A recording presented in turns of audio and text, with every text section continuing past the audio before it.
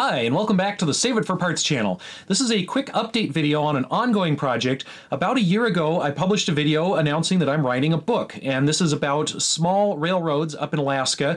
I grew up in Alaska. I had a small abandoned railroad in my hometown, which was kind of a ghost town, and I was able to track down the historic locomotive from that town. It now lives with a collector, and it's gone through a couple owners, but it's actually being restored, so that's kind of cool. But in the process of tracking down information on this little railroad, I came across tons of other railroads and basically enough research information to write a book. Now, I announced the book last year. Where am I with it this year? Well, we're still working on it. So last year, I think I had wrapped up the video saying that I had sent things off to the publisher and I thought we were moving along. And yes, we are moving along, but it is taking a long time on this project. I mentioned some of the hurdles in the last video last year about citations, about finding original sources, about finding high enough quality images to actually go into the book, because a lot of those things are few and far between. A lot of these little railroads are so obscure that there just are no photos, there are no real good records of them. So finding all of that stuff is a real challenge. Now I've run into a few other challenges along the way, things like what were the actual legal names of some of the companies. So when I originally wrote my blog website post for this stuff, I would just throw in common names, locally used names, but it turns out that a lot of these names were not the original legal name of a company. And legal names in, say, the early 1900s, late 1800s were somewhat fluid. Spelling wasn't really nailed down. Did you use an ampersand and? Did you use an and written out? Did you have railway written out? Was it railway abbreviated to RY or RWY?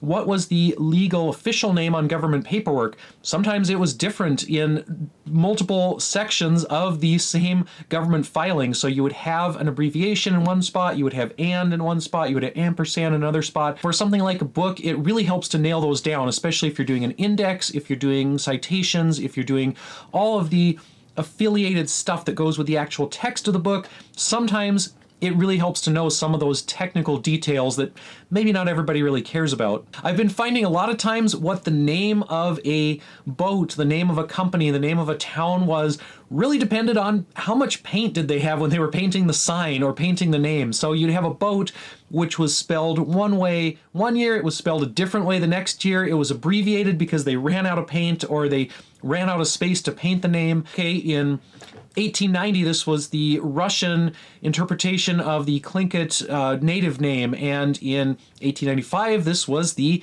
American translation of the Russian interpretation of the Tlingit name of this place. Another thing I've been working very closely with the publisher is the actual layout of the book to make it all look nice, get the photos in the right places, get the text in the right places.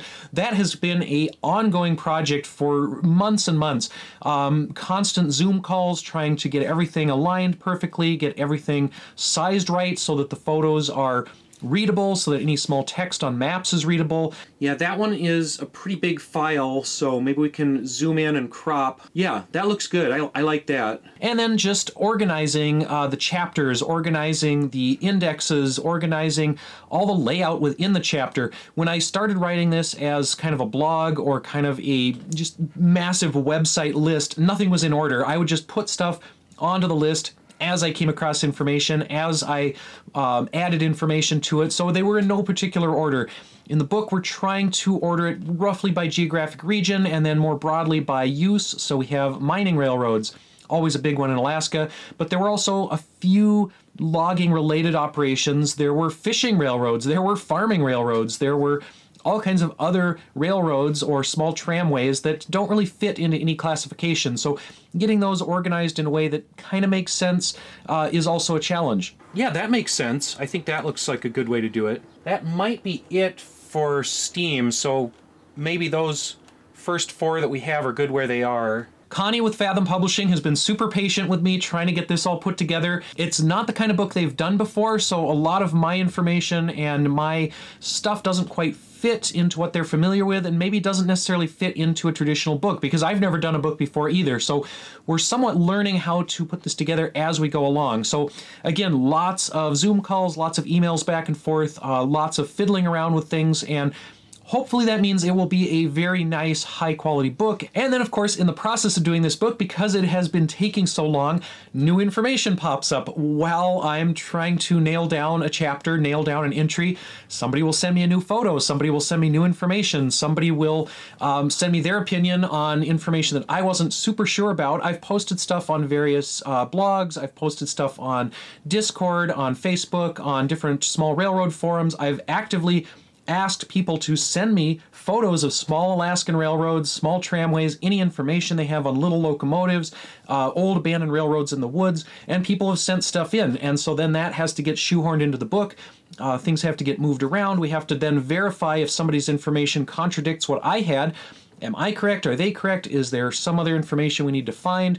Do we have a locomotive properly identified? Do we have dates correct? Do we have names correct? These are the kinds of things that have to be nailed down if we want to have the best information possible. And I'm really hoping to have it published this summer, 2025. I can't promise anything because, again, it has been taking a long, long time, but I feel like we're getting close, or at least closer to a finished product. Anyway, I have probably rambled on far more than anybody cares about this relatively obscure side quest that I do that has almost nothing to do with anything else on my YouTube channel. So if you're interested in the process, in the progress on this, I will put some links down below to the existing research that I have online. You can check out that prior video, and then once the book is out, of course, I will talk about it on YouTube here, and I will put links to where you can buy it and all that stuff. So thank you to everyone for watching, and stay tuned to see future updates, and we will see you next time.